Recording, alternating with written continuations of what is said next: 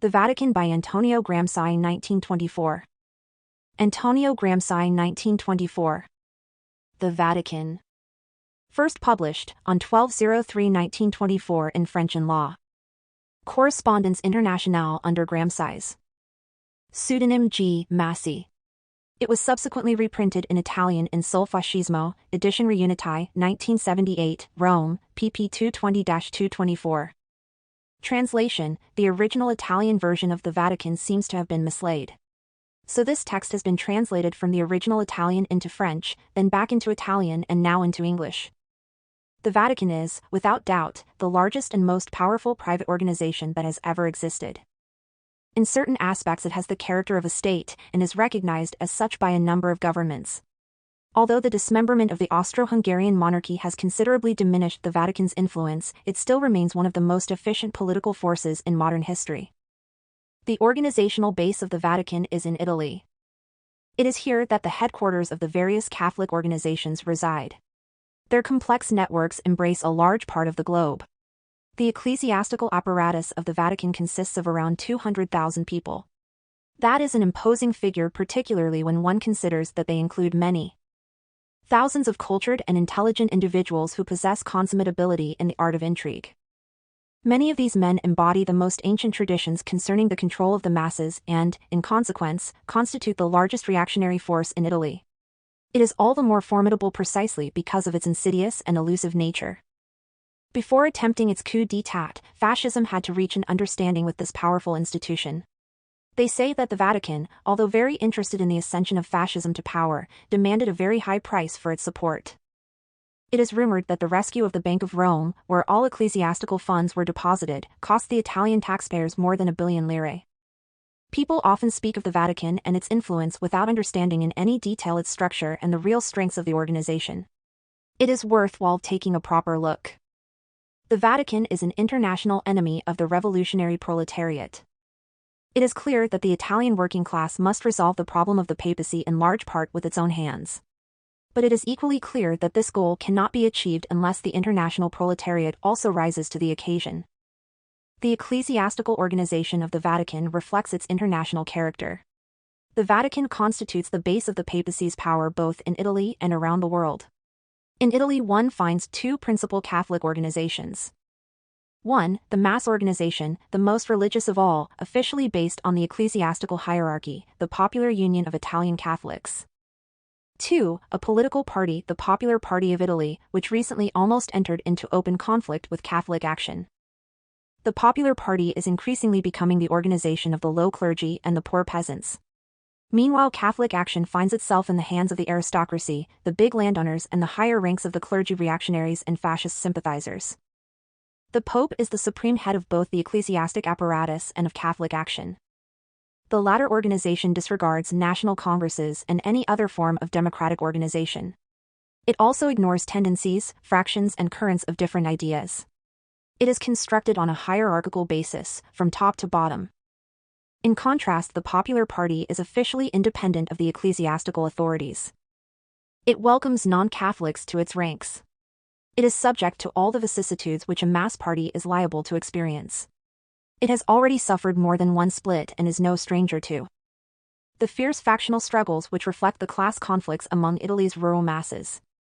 The current Pope, Pius XI, the 260th successor of St. Peter, was previously Cardinal of Milan. From a political point of view, he belongs to that species of Italian reactionaries known as moderate Lombards, a group composed of aristocrats, big landowners and powerful industrialists who are further to the right than the Corriere della Sera. When Pius XI was still known simply as Felice Ratti, Cardinal of Milan, he showed his sympathy for fascism and for Mussolini on several occasions. The moderates of Milan spoke to Ratti once he had been elected Pope, in order to secure his support for fascism at the moment of the coup d'état. Inside the Vatican, the Pope is assisted by the College of Cardinals, composed of 60 cardinals who are nominated by the Pope himself. They in turn will choose the new Pope whenever the throne of St. Peter becomes vacant. Of these 60 cardinals, at least 30 are always chosen by the Italian clergy in order to ensure the election of a Pope with Italian nationality. The next largest group are the Spanish with 6 cardinals, then the French with 5, etc. The international administration of the Church is entrusted to a college of patriarchs and archbishops. They are entrusted with various officially recognized national rights. The Pontiff's Court resembles the governing organization of a large state. Around 200 ecclesiastical functionaries preside over diverse departments and sections, or participate in various commissions, etc. The most important of these sections, without doubt, is the Secretariat of the State, which directs the political affairs and the diplomacy of the Vatican. At its head sits Cardinal Pietro Gasparri, who has already carried out the functions of Secretary of State alongside the two previous popes. The Popular Party was set up under Gasparri's protection. He is a powerful and very gifted man. It is also said he has a democratic spirit. He has been the target of furious attacks by the fascist newspapers, which have demanded his discharge. The representatives of 26 foreign states are present at the Vatican, which in turn has its own people posted in 37 countries. In Italy, above all in Rome, one finds the headquarters of 215 religious orders. A large part of these have existed for at least 1,000 years, and in some cases even 1,500. They have convents, monasteries and congregations in every nation. The Benedictines, for example, who specialize in education, claimed that their order had 7,100 monks scattered across 160 monasteries and 11,800 nuns.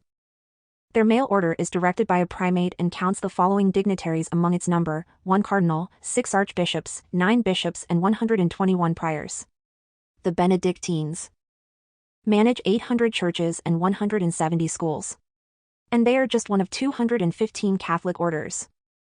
Meanwhile, the Santa Societe di Gesù officially numbers 17,540 members, of which 8,586 are priests, 4,957 are students and 3,997 are lay brothers. The Jesuits are very powerful in Italy.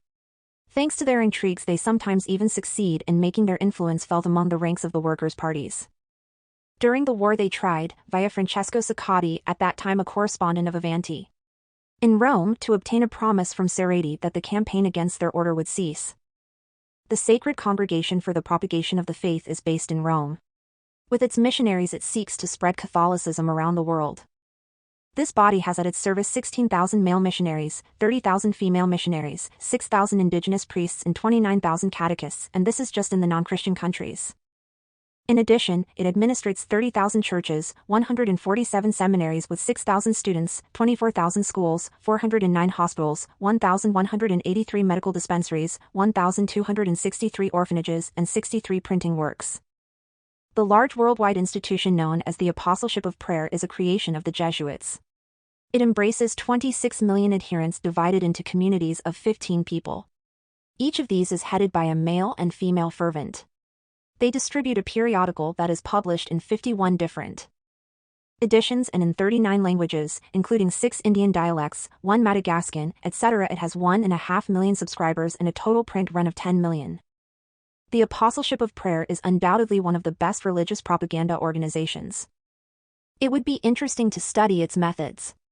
With very simple means it manages to exercise an enormous influence on large masses of the rural population, arousing a religious fanaticism and promoting the policies best suited to the interests of the Church. One of its publications, certainly the most widely distributed, cost 2 soldos a year before the war. It was an illustrated leaflet which was both religious and political in character. For example, in 1912 I remember reading the following passage: "We urge all our readers to pray for the sugar manufacturers who are currently under treacherous attack by the so-called anti-protectionists, that is to say Freemasons and unbelievers." It was the period in which the Democratic Party was conducting a lively campaign against customs barriers, thus clashing with the interests of the sugar industry. At the time the proselytizers for free exchange were frequently attacked by the peasants, who had been inspired by the Jesuits of the Apostleship of Prayer. Notes. 1. Pius XI reigned as Pope from 1922 to 1939. He was also the first sovereign of Vatican City from its creation as an independent state in 1929. 2. Cerati was a leader of the Italian Socialist Party. He also edited Avanti. 3. This organization was renamed the Congregation for the Evangelization of Peoples in 1982. 4. A soldo was a silver coin first issued in the 12th century. After Napoleonic reforms, 1 soldo was equivalent to 5 cents, or 1/20th of a lira. At the time Gramsci was writing, soldos were no longer in circulation, but the term was still used to refer to a 5-cent coin.